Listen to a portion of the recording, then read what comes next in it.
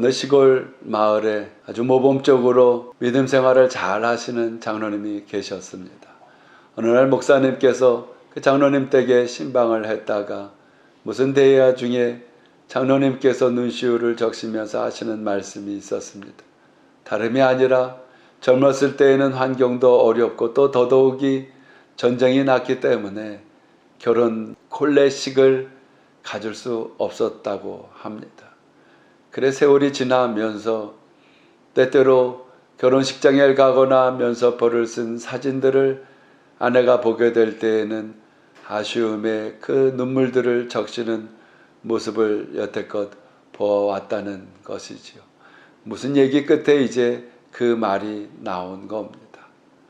그 다음 주 설교의 제목이 예수님은 우리의 신랑, 우리는 예수님의 신부라는 제목으로 설교를 하게 마침 되셨는데, 그래 예수님께서 그 우리의 영적인 신랑이 되시는 이러한 그 모습의 설교 중에 목사님은 아이디어가 생각이 났습니다.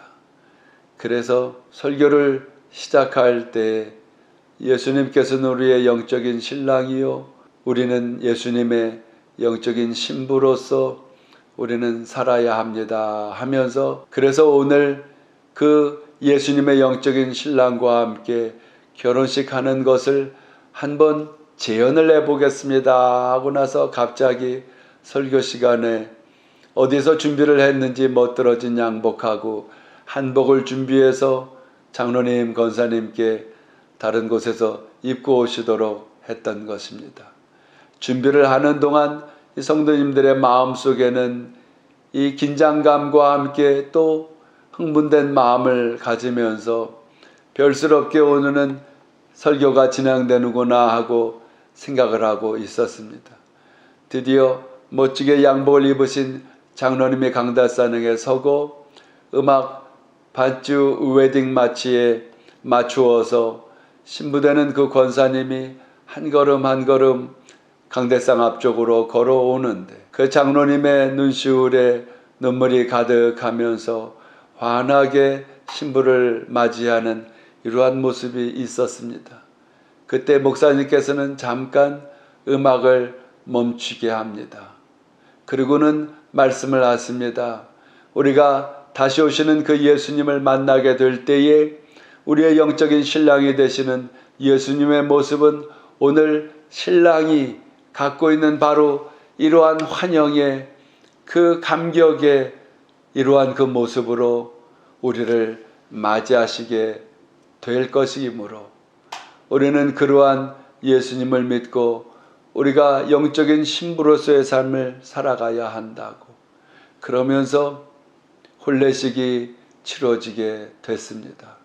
그래서 평생 하지 못한 그 예식을 이 목사님의 제치로 혼례식을 갖게 되셨고, 성도들에게는 평생을 잊지 못한 설교의 시간이 되었다는 것입니다.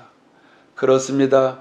오늘 마태복음 25장의 1절에 보면 그때 천국은 마치 등을 들고 신랑을 맞으러 나간 10 처녀와 같다라고 하면서 우리는 예수님의 영적인 신부요, 예수님은 신랑이라는 표현으로 대단한 중요한 결혼 예식에 관하여 언급을 하고 있습니다.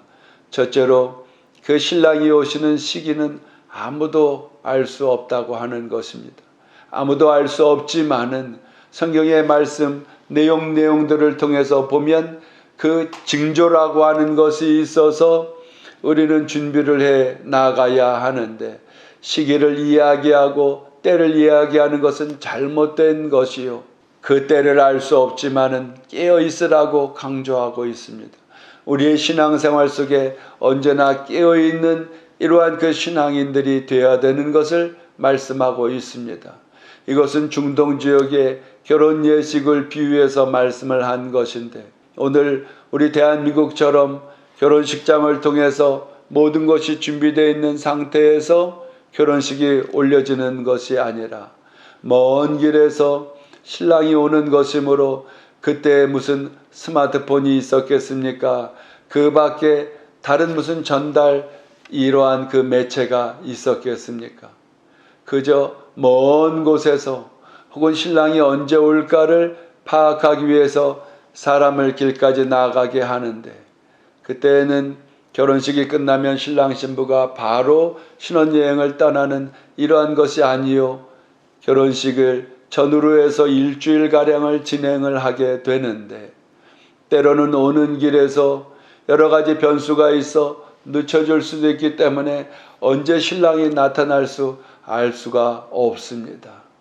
그래서 이 슬기로운 처녀들처럼 등불을 준비해야 되는데, 슬기로운 5 처녀들은 기름을 준비하지만은 시기를 생각하지 아니하고 있었던 이 미련한 5 처녀들은 기름을 온전히 준비하지 못해서 낭패를 보면서, 그런데 이것은 이 땅에서의 결혼식의 실수일 수 있고 낭패이지만은 영원한 하늘나라에 이르게 되는 영적인 혼인잔치에서는 절대로 있어서는 안 되는 이러한 그 신랑을 맞이하는, 예수님을 맞이하는 자세이지요.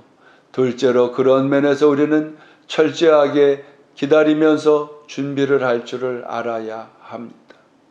약속 시간을 통해 가는 것들도 그렇습니다. 빠듯한 시간에 가게 되면 오가는 길에 마음이 얼마나 분주해집니까? 또 길에서 어떠한 변수가 있을지 모릅니다. 그래서 늦을 수 있는데, 항상 일찍이 기다리면서 그 시간을 또 준비하는 사람들은 당황할 일이 없는 것이지요. 그저 등만 준비해 가서 등에 조금 남아져 있는 이 기름을 가진 미련한 5 처녀와, 혹은 그 기름에 가득 채워서 또 혹은 여비에 이러한 그 기름까지 준비를 한 슬기로운 5 처녀하고는 결국에 그 상황이 일어나게 될 때에는 천양지 하늘과 땅의 차이가 난다고 하는 것입니다. 바울 시대부터 예수님께서 다시 영적인 신랑이 되어 오신다 하다 보니까 오늘날 많은 성도들의 마음속에 예수님께서 정말로 오시는 건가 하는 의심을 갖는 사람들이 있습니다. 그런데 예수님께서 오늘 성경 25장에 또 24장의 종말을 통해서 명확하게 말씀하시는 바, 그 때와 시는 알 수 없지만 그러기 때문에 깨어서 기다리라고 말씀하고 있습니다. 그날은 반드시 있을 것이라고 우리를 위해 십자가를 지신 이 예수님께서 공생의 기간을 통하여 명확하게 말씀하시고 우리와 이 약속한 바 되었기 때문에 그날은 반드시 있게 되는 것입니다. 그러므로 우리는 믿음을 통하여 우리에게 주어진 사명을 다해 가면서 다시 오실 예수님을, 그 약속의 말씀을 믿고 기다려야 합니다.